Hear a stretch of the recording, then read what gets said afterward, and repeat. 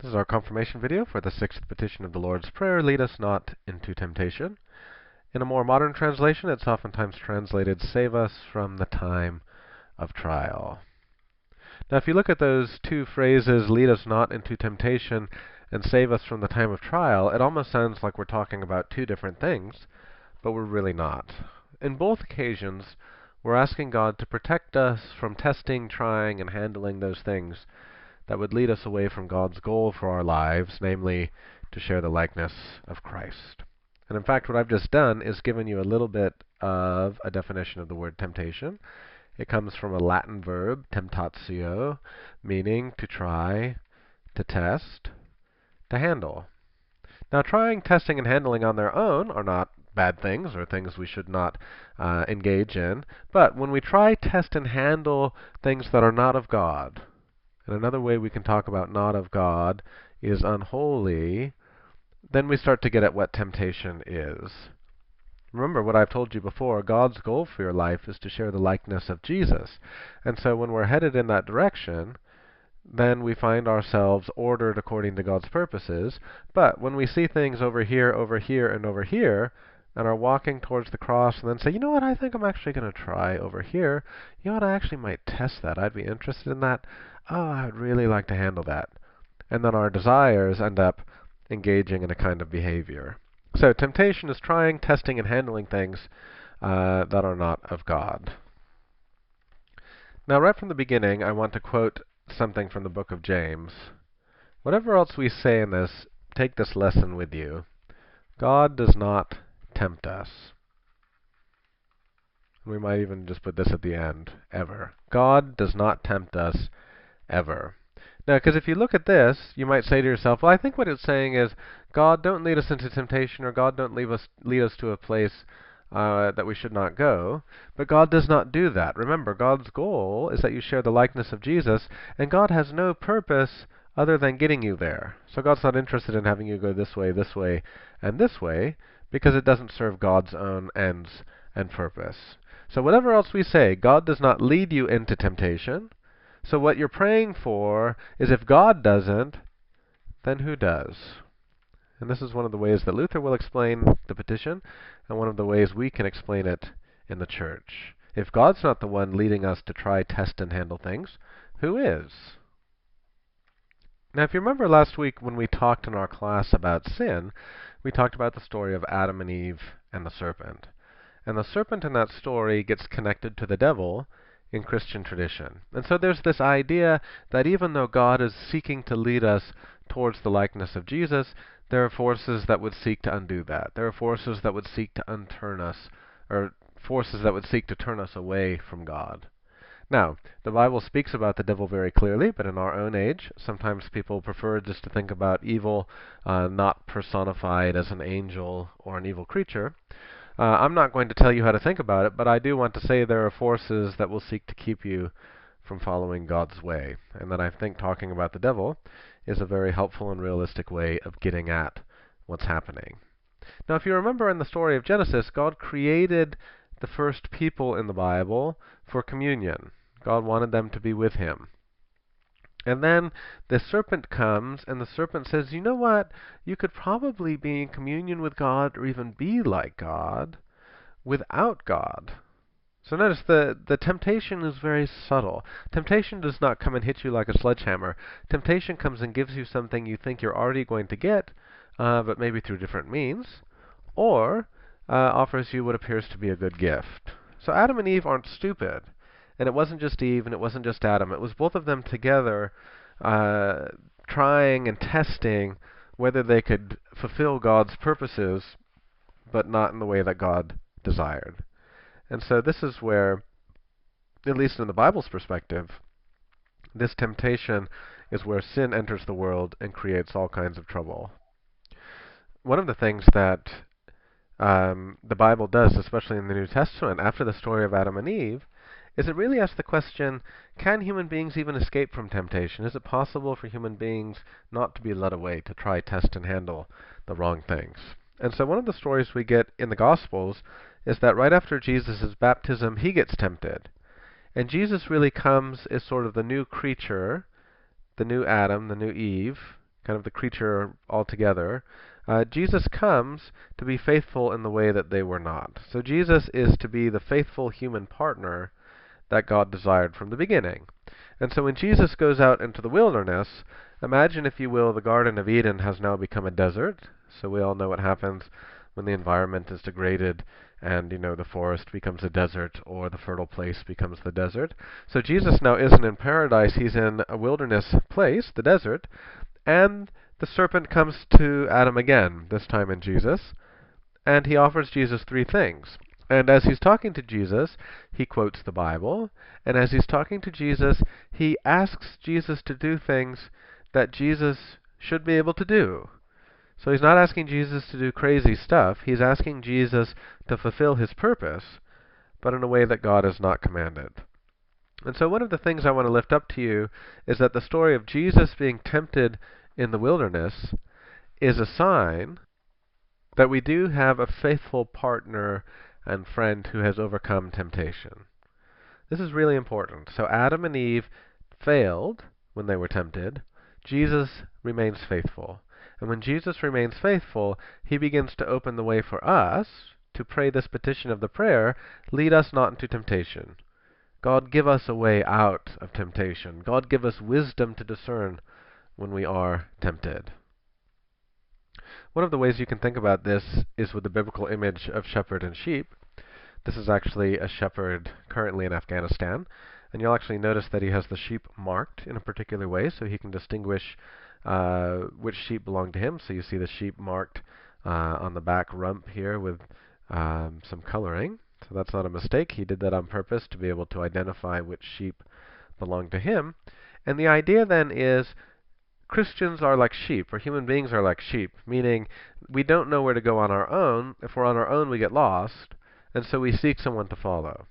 And so for the Christian who's a follower of Jesus, when we say, lead us not into temptation, or save us from the time of trial, we're saying, God, shepherd us through the dangers that we would try, test, and handle that would lead us away from you.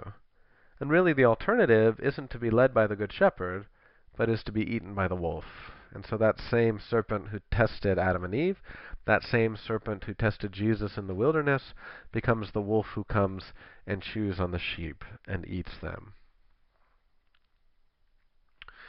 The next thing I want us to consider is maybe the more specific temptations that we face and how temptation works. Now you see on your screen a rat trap, and this is a classic image of being tempted. Now, if you've never used one of these before, what happens is you put bait here, some kind of food, sometimes cheese, sometimes peanut butter, something you think the rat wants to test.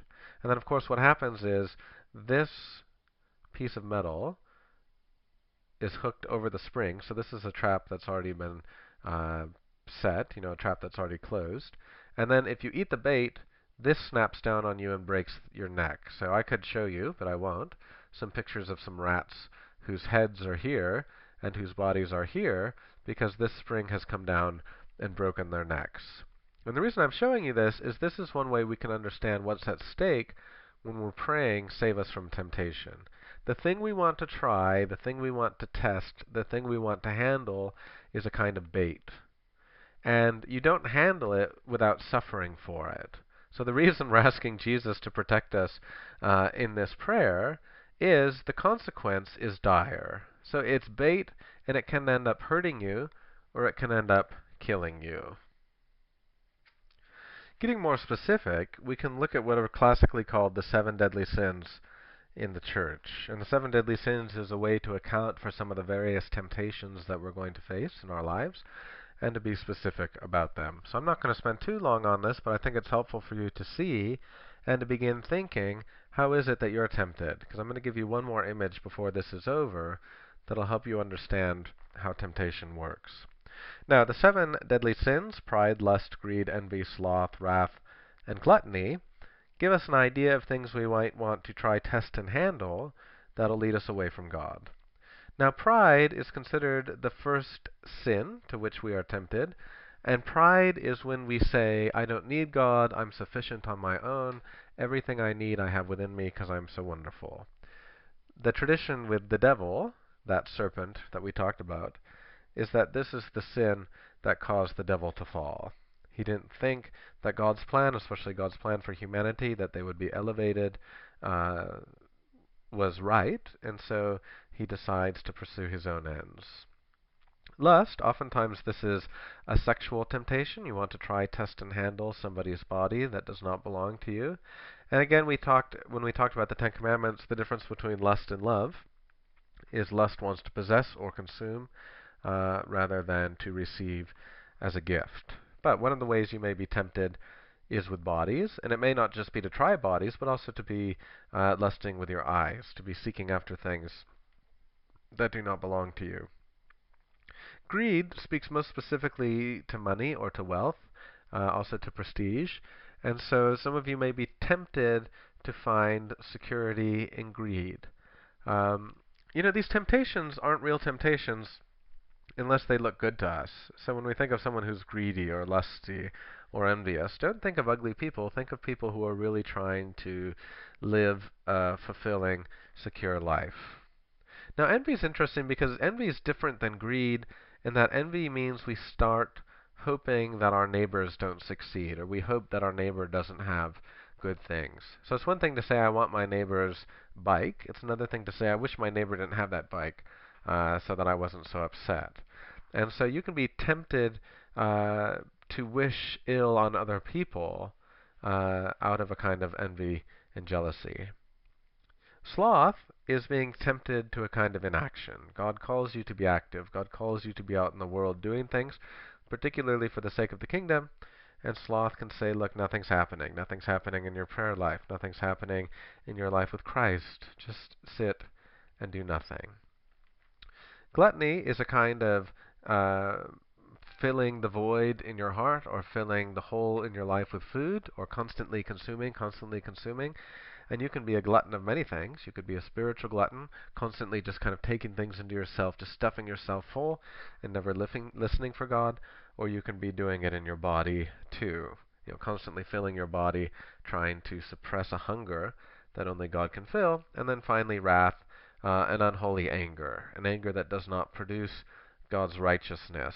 And oftentimes that can be associated with a kind of insane violence or a kind of brief insanity.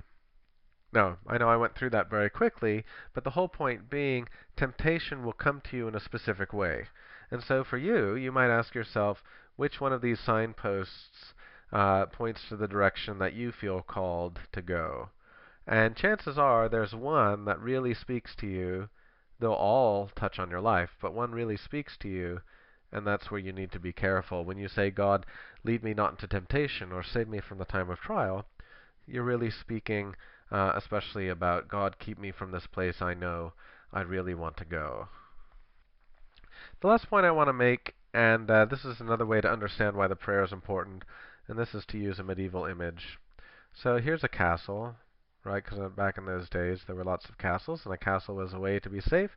A castle was a way to be protected. And if someone wants to come and attack the castle, so this is you, this is your life, they're going to ride around in circles, and they're going to look for what? They're going to look for a weakness in the wall of the castle. And that weakness is then where they're going to try and break through and penetrate and attack the castle. So it's kind of a military image. So what's the weak point in the wall that we can attack? Now, in this case, the person riding around you is Satan, or the devil, and is looking for a weak spot to try and infiltrate, to try and lead you away from following Jesus, to try and handle and test things that will lead you apart from the way of the cross.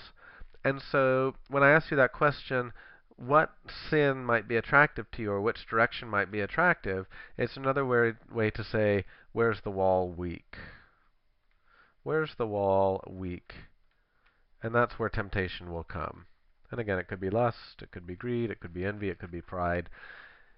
Don't be surprised, and don't fool yourself to think that it's not going to be any way but this. This is how temptation works, this is how evil operates, and this is how oftentimes we get led away from living the Christian life.